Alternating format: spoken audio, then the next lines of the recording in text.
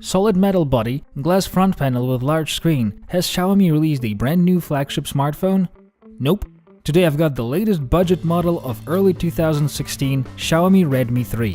Many have already appreciated the benefits of this phone's previous generations, Redmi and Redmi 2. Although the phones fall into the budget segment, they confidently compete with more expensive phones. The phone's appearance alone raises a lot of expectations. The staggering figure of 4100 mAh captures the attention. Will Redmi 3 repeat the huge success of its predecessors? My name is Dmitro Voloshin. This is Xiaomi Redmi 3. Let's find out.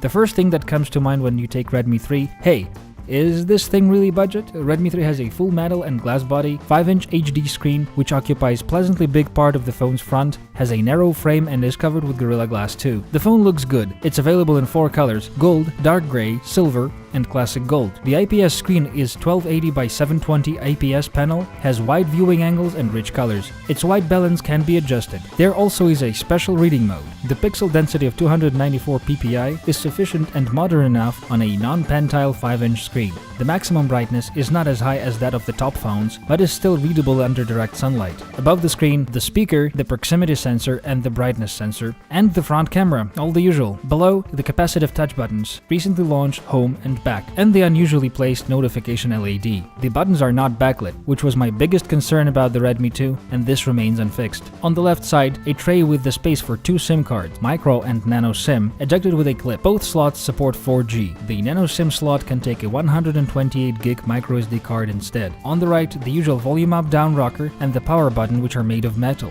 At the top, headphone jack, noise-cancelling microphone and an infrared port. The rear side of the phone is made of metal, decorated with a diamond pattern, except for the narrow top and bottom strips made of metal-like plastic. Also here is the lens of a 13 megapixel rear camera and a flash LED. Below, the loudspeaker grill with a tiny piece of plastic that prevents it being muted by the surfaces it lies upon. The phone is easy to hold and it is, thankfully, not at all as slippery as Redmi 2. You get used to the phone quickly. The device has an octa-core Qualcomm Snapdragon 616 processor, 4x1.5 and 4x1.2 GHz with Adreno 405 video. The phone is fast, runs the programs smoothly, desktop and menu animations are flawless. Redmi 3 works on Android 5.1 out of the box with the MIUI 7 shell on top. MIUI was never really sluggish on even slower hardware, so expectedly, no issues here. Redmi 2 was released in 2 versions, with 1 and 2 GB of RAM and 8 and 16 GB of internal storage respectively. Redmi 3 has just one version, the 2GB 16GB combination. That I consider enough for the majority of the smartphone users, and immediately after startup you'll have 1200 megabytes of free RAM, which is a lot, and about 11 gigs of storage available. Unlike most of the flagships in the recent years, it has the microSD slot. The N226 reports almost 32,000 points, while Redmi 2 had only 19,000. That is a serious leap for just one generation ahead. 32,000 points is on par with the middle-class competitors released this year. That's a serious advantage. Redmi 3 has no problem playing modern games at maximum settings. Real Racing 3 and World of Tanks run very fast and smooth. FPS rarely drops below 30. Interfaces. Everything is there but the NFC really. There is the Wi-Fi BGN,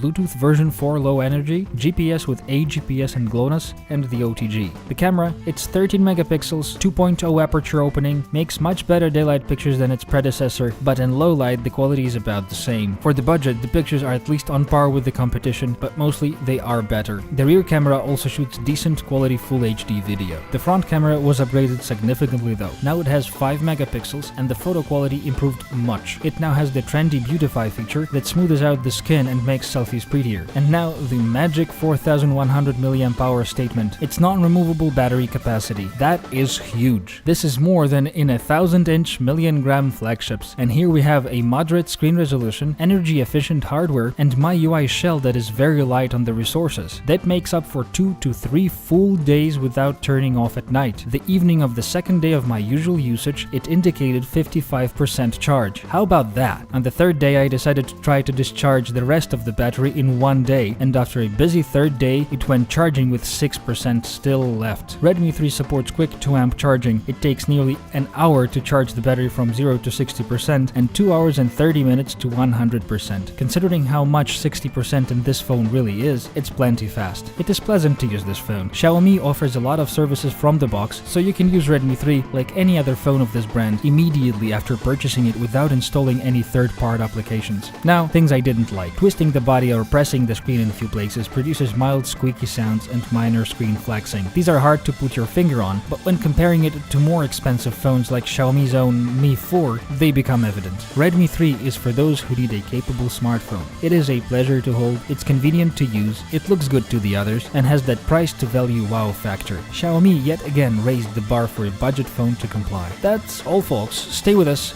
subscribe to this YouTube channel to get the Xiaomi videos first. This was Dmitro Voloshin, have a good luck.